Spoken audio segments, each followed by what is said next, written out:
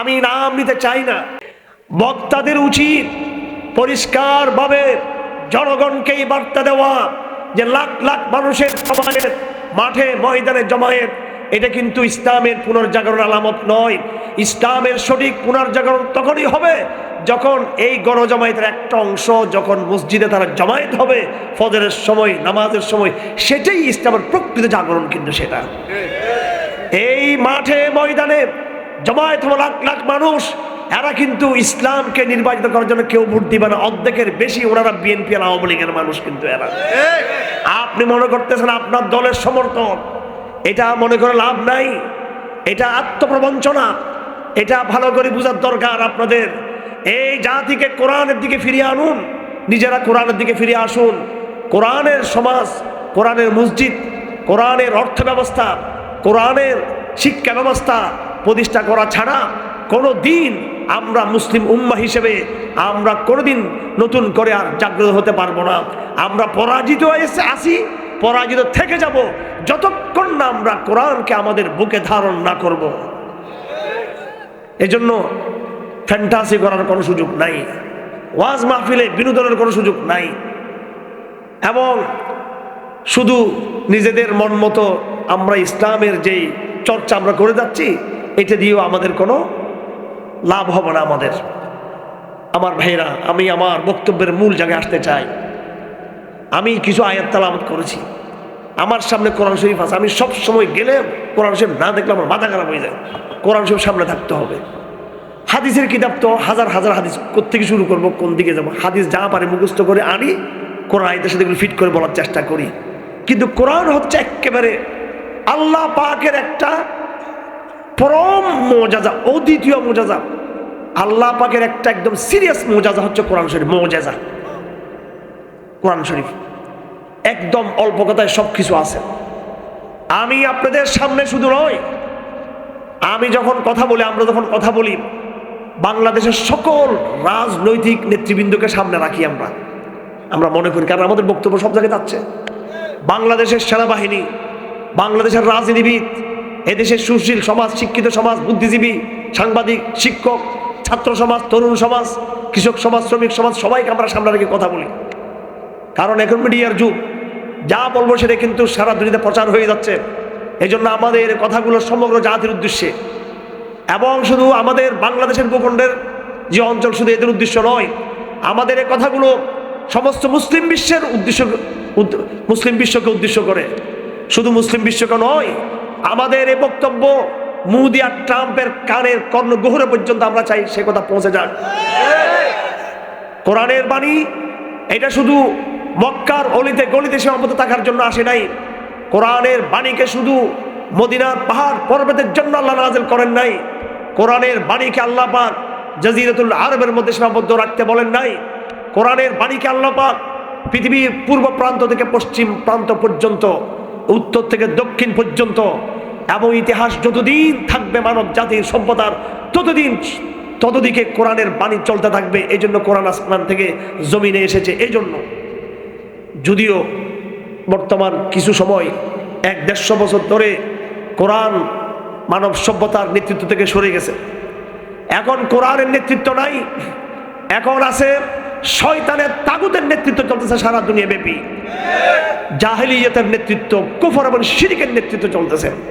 এরা সরাসরি ইউরোপ আমেরিকাতে শাসন চালাচ্ছে সরাসরি, আর বাংলাদেশ, পাকিস্তান, ইন্দোনেশিয়া, সৌদি আরব, মিশরে তারা ইনডাইরেক্ট, পরোক্ষ তাদের শাসন চলতেছে।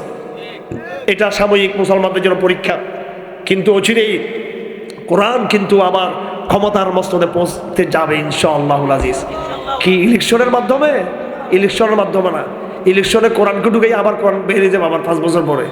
ওইভাবে নয়, কোরআন তার গতিপথকে তৈরি করতেছে ধীরে ধীরে। এই সফরে আপনি যুক্ত হতে পারলে ভালো। আজকেই আপনাকে তওবা করে শপথ নিতে হবে রমজানের আগে আগে, আমি আর ফজর নামাজ আমি আর কজা করব না, আমি আর মসজিদের নামাজ বাদ দিয়ে ঘরে নামাজ পড়ব না। আপনাকে শপথ নিতে হবে। প্রথম আল্লাহর বাণী আপনার কানে প্রবেশ করে ফজরের সালাতের মধ্য দিয়ে। ইমাম সাহেব যখন মেহরাবে দাঁড়িয়ে কোরআন শরীফ তেলাওয়াত করেন, এটাই তো ফজর নামাজের প্রথম সুর, ইমানের সুর, ইসলামের সুর, ইসলামের বাণী, আল্লাহর ডাইরেক্ট বাণী, আল্লাহর কথা ফজরের সময় শুনতেছেন। যেই মুসলমান ফজর শুরু হয় আল্লাহর বাণী শুনে আল্লাহর ঘরে দাঁড়িয়ে, আর ওই মুসলমান, যে মুসলমান কম্বলের তলে শুয়ে থেকে 8টা-9টা বাজে উঠে ব্রাশ করে, ওই মুনাফিক মুসলমান আর কোরআন শুনতে বলা ফজর নামাজের মুসল্লি মুসলমান কি এক হতে পারবে কোনোদিনও? আল্লাহ পাক বলেছেন, যেই ব্যক্তি ফজর নামাজ পড়েছ ফাহুয়া ফি জিম্মাতিল্লাহ, সে আল্লাহর প্রোটেকশন চলে গিয়েছে, সে আল্লাহর দায়িত্ব চলে গেছে। ফালা ইয়াগফিরান্নাল্লাহু আহাদুন ফি জিম্মাতিহি, কেউ যেন ফালা ইয়াগফিরান্নাল্লাহ, হ্যাঁ আল্লাহকে যেন কেউ যেন আল্লাহর দায়িত্বের ব্যাপারে কেউ যেন আল্লাহকে যেন চ্যালেঞ্জ না করে। আল্লাহকে চ্যালেঞ্জ করতে গেলে সে নিজে ধ্বংস করে ফেলবে নিজেকে। কেউ যেন নিজেকে আল্লাহর মুখোমুখি যেন কি না করে, দাঁড় না করায় কেউ নিজেকে। কারণ ফজর নামাজ যে পড়বে সে আল্লাহর দায়িত্ব চলে যাবে।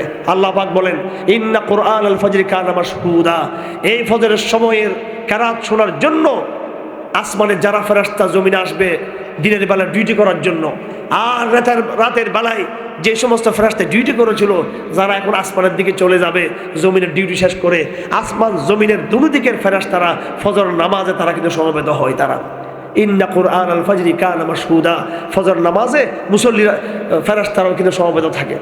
আমার ভাইরা, এই কোরআন শরীফ আছেটা কি আসলে? আসলে কি জিনিস কোরআন শরীফ? কোরআন শরীফটা আসলে কি জিনিস? কেন কোরআনের এই গুরুত্ব? এটা বলার জন্য আমি এত লম্বা ভূমিকা বললাম। আল্লাহর নবী শুধু নিজেই কোরআনের পাগল ছিলেন না, কোরআনের পাগল একটা প্রজন্ম তৈরি করে গেছেন আবু বকর, ওমর, উসমান, আলী নামে। আমি তো মাত্র 2 জনের কথা বললাম, আরো কথা শুনলে আপনি অবাক হয়ে যাবেন।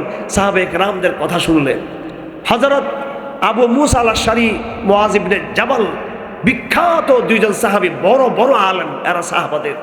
2 জনকে রাসূলুল্লাহ পাঠিয়েছেন, একজনকে ইয়ামানের একদিকে, আরেকজনকে ইয়ামানের আরেক দিকে। ওনারা সফর শেষ করে যখন মাঝে মাঝে দেখা হতো সীমান্ত এলাকায়, জিজ্ঞেস করতেন যে তোমার কি অবস্থা, কিয়ামুল লাইল কতটুক করো? আবু মুসা আশআরী বলেন, আমি সারা রাত কোরআন শরীফ পড়ি।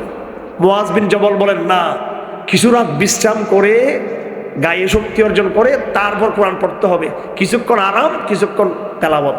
সাহাবায়ে কেরামদের পরস্পর সাক্ষাৎ হলেই তারা পরস্পরকে তাহাজ্জুদের কথা জিজ্ঞেস করতেন। আমার ভাইয়েরা, তাহাজ্জুদের নামাজ ছিল সাহাবায়ে কেরামদের মধ্যে একেবারে অ্যাভেলেবেল। তাহাজ্জুদের নামাজটা একদম সচরাচর। আমরা এই যেভাবে ঈদের নামাজ পড়ি, আমরা জুমার নামাজ পড়ি, সাহাবায়ে কেরাম এইভাবে তাহাজ্জুদের নামাজটা পড়তে অভ্যস্ত ছিলেন।